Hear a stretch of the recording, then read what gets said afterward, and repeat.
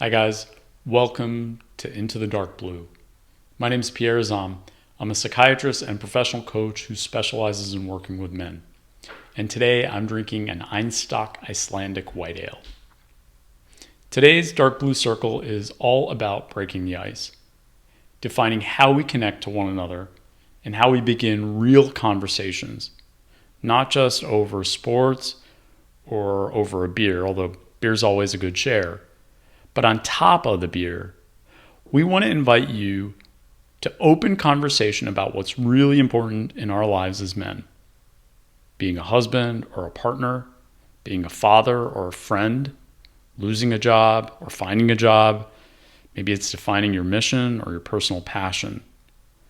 Maybe you're struggling with loss or with grief, with burnout or depression.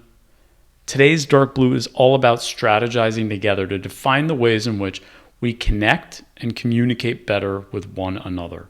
So we start with some important questions. First off, what makes deeper connection so important for us? And why is it so rare among men? Because most guys feel pretty alone, and even when we're surrounded by people. Outside of stories and big screens, brotherhood is painfully absent in most men's lives. It's not for lack of want either. Because studies of male friendship have underscored a pretty big dichotomy. What we believe we want collectively as men versus what each man actually values in his own life.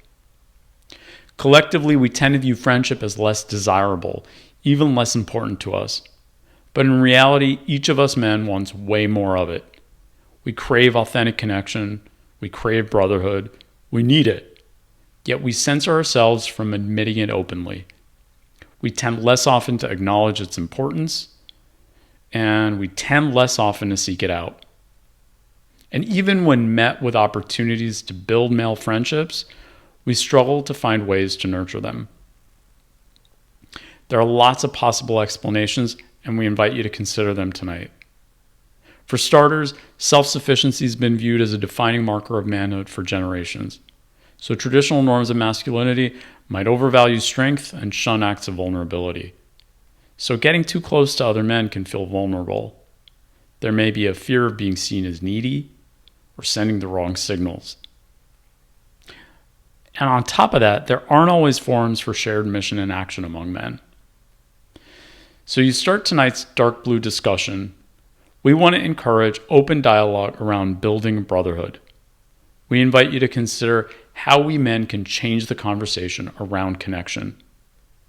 And we invite you to start by answering the following 3 questions that are personal to you. What challenges get in the way of you personally connecting with other men? How do you personally connect best with other guys? And what happens to you? What changes in your own life when you foster better connection with other men? Maybe it's a family member, maybe it's a coworker, maybe it's a buddy. What changes in your life when you foster good connection? Cheers.